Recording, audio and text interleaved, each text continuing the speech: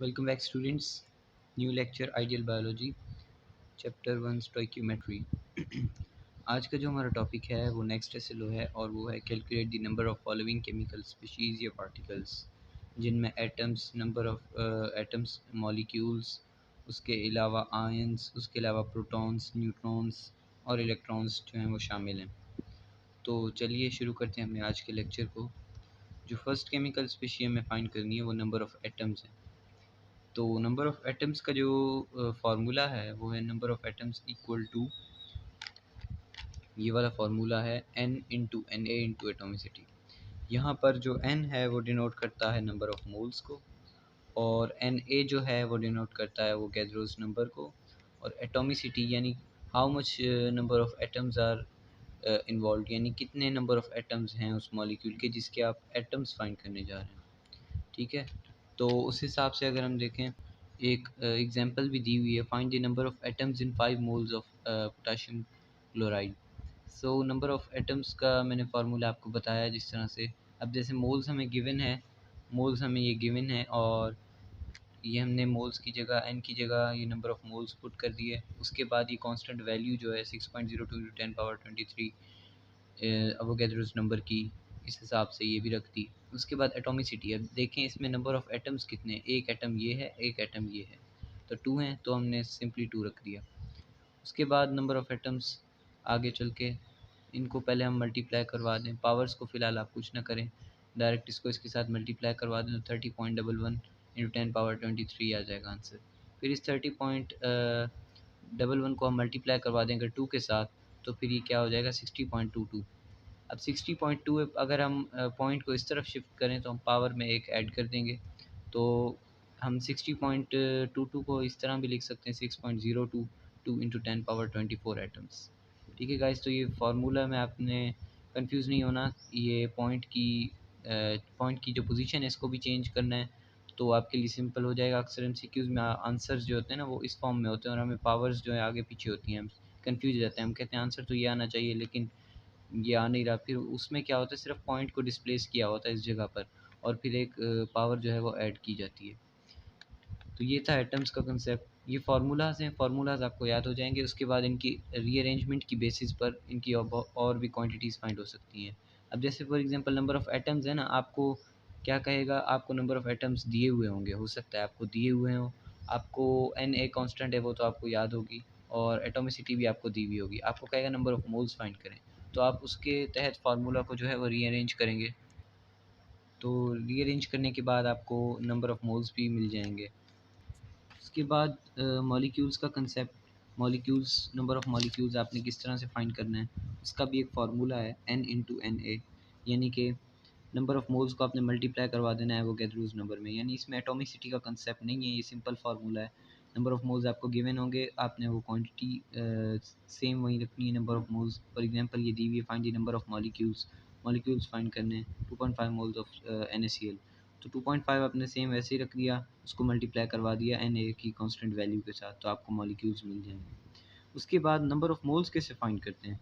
अब यहाँ ऊपर सारी क्वांटिटीज़ में अगर हम देखें तो हमें नंबर ऑफ़ मोल का कंसेप्ट मिल रहा है, number of moles, number of moles. अगर हमें simply number of moles find करने हों तो हम कैसे फाइंड करेंगे, यानी जो भी हमारे पास कोई कंपाउंड है उसका या कोई मॉलिक्यूल है उसका अगर हमें मास गिवन हो और कुछ भी हो सकता है और उसका हमें एटॉमिक मास तो हमें नॉन होगा तो उससे हम उसको डिवाइड कर देंगे गिवन मास को एटॉमिक मास के साथ, तो हमें सिंपली क्या मिल जाएगा, नंबर ऑफ़ मोल्स मिल जाएंगे। ये देखें यहाँ पर एक प्रॉब्लम है, नंबर ऑफ़ मोल्स हमें फाइंड करने हैं 9 ग्राम्स में और 18 ग्राम्स H2O के। अब देखें अगर हम तो गिवन मास में क्या है 9 ग्राम्स, तो हम गिवन मास को डिवाइड करवा देंगे इसके मोलर मास से, यानी कि मोलर मास वाटर का क्या है 18, क्योंकि दो मॉलिक्यूल्स हाइड्रोजन के हैं और हाइड्रोजन का मोलर मास 1 + 1, दो मॉलिक्यूल्स हैं हाइड्रोजन के, तो ऑक्सीजन का एक मॉलिक्यूल और इसका मास क्या होता है 16, तो ओवरऑल जो होगा वो 18 बनेगा। तो गिवन मास हमें 9 ग्राम दिया हुआ था, उसको हमने डिवाइड करवा दी मोलर मास के, तो ये 1/2 आंसर आएगा यानी 0.5 मोल्स। और इसी तरह 18 ग्राम्स भी दिए हुए हैं, कह रहे हैं इसका भी फाइंड करो, तो अगर हम इसको भी देखें तो 18 को अगर हम डिवाइड करवा दें 18 के साथ मोलर मास के साथ तो हमें 1 मोल मिल जाएगा। तो ये सिंपल फार्मूला है नंबर ऑफ़ मोल्स को फाइंड करने का। उसके बाद आ जाते हैं आयंस पे। आयंस में क्या है, इसमें भी कुछ भी नहीं है, बिल्कुल जैसे पहले फार्मूला था मॉलिक्यूल्स का। सिर्फ जो डिफरेंस आ रहा है ना वो हमारे पास शुरू में नंबर ऑफ़ एटम्स का आ रहा है, बाकी तकरीबन सेम है फार्मूलाज मॉलिक्यूल्स आयंस के। तो उस हिसाब से देखें आयंस का भी फार्मूला सेम है, n इंटू एन ए, यानी कि नंबर ऑफ़ मोल्स को हम मल्टीप्लाई करवा देंगे एन ए के साथ। अब एग्जांपल सेम, वो एग्जांपल भी ले सकते थे और ये भी इस एग्जांपल के तहत भी समझ सकते हैं कि 4 moles of NaCl after dissociation, यानी कि आयंस हम तभी फाइंड करते हैं जब कोई भी कंपाउंड डिसोसिएट होता है आयंस के अंदर। तो जब NaCl डिसोसिएट होगा आयंस के अंदर तो हमें 4 मोल्स मिलेंगे। तो 4 मोल्स को मल्टीप्लाई करवा देंगे एवोगैड्रोस नंबर के साथ, तो हमें उसके आयंस मिल जाएंगे कितने बनेंगे, सिंपल। उसके बाद आता है प्रोटॉन्स का कंसेप्ट। प्रोटॉन्स कैसे फाइंड होते हैं? तो प्रोटॉन्स तो बहुत सिंपल है, यानी कि जो एटॉमिक मास होता है ना वो बराबर होता है किसके, नंबर ऑफ़ प्रोटॉन्स और नंबर ऑफ़ न्यूट्रॉन्स जो प्रेजेंट होते हैं न्यूक्लियस के अंदर, उन दोनों का सम करते हैं तो हमें एटॉमिक मास मिलता है। तो अगर हम प्रोटॉन्स हमें नहीं मिला हुआ और एटॉमिक मास अगर हमें मिला हुआ है तो हम नंबर ऑफ़ प्रोटॉन्स फाइंड कर सकते हैं, protons equal to atomic mass minus number of neutrons.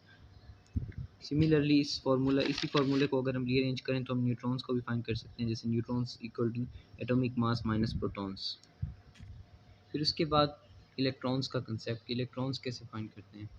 Electrons जो होता है ना, it is the equal to the number of protons present in the nucleus of an atom, यानी कि इलेक्ट्रॉन्स भी उतने इक्वल होते हैं जितने प्रोटॉन्स होते हैं। अगर हम प्रोटॉन्स की वैल्यू फाइंड कर लें पीछे वाले फार्मूले के तहत तो हमें इलेक्ट्रॉन्स की ऑटोमेटिकली मिल जाएगी।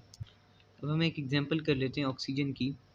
तो ऑक्सीजन में हम नंबर ऑफ़ प्रोटॉन्स, इलेक्ट्रॉन्स और न्यूट्रॉन्स फाइंड करेंगे। ऑक्सीजन का अगर हम देखें तो एटॉमिक नंबर क्या होता है, उसका एटॉमिक नंबर होता है 8 पीरियडिक टेबल के ज़रिए। तो 8 उसका एटॉमिक नंबर होता है। तो उस हिसाब से अगर हम देखें उसके प्रोटॉन भी उतने ही हो जाएंगे। तो अगर हमें एटॉमिक मास दिया है, इसका एटॉमिक मास क्या होता है 16, एटॉमिक मास अगर हमें दिया है तो हमें प्रोटॉन्स फाइंड करने हैं ना। पहले प्रोटॉन्स की एग्जांपल हम कर लेते हैं। प्लस न्यूट्रॉन्स इसके कितने होंगे, और न्यूट्रॉन्स भी हमें दिए होंगे 8। तो अब हम क्या करेंगे, इसको रीअरेंज कर लेंगे, 16 माइनस 8 इक्वल टू प्रोटॉन्स,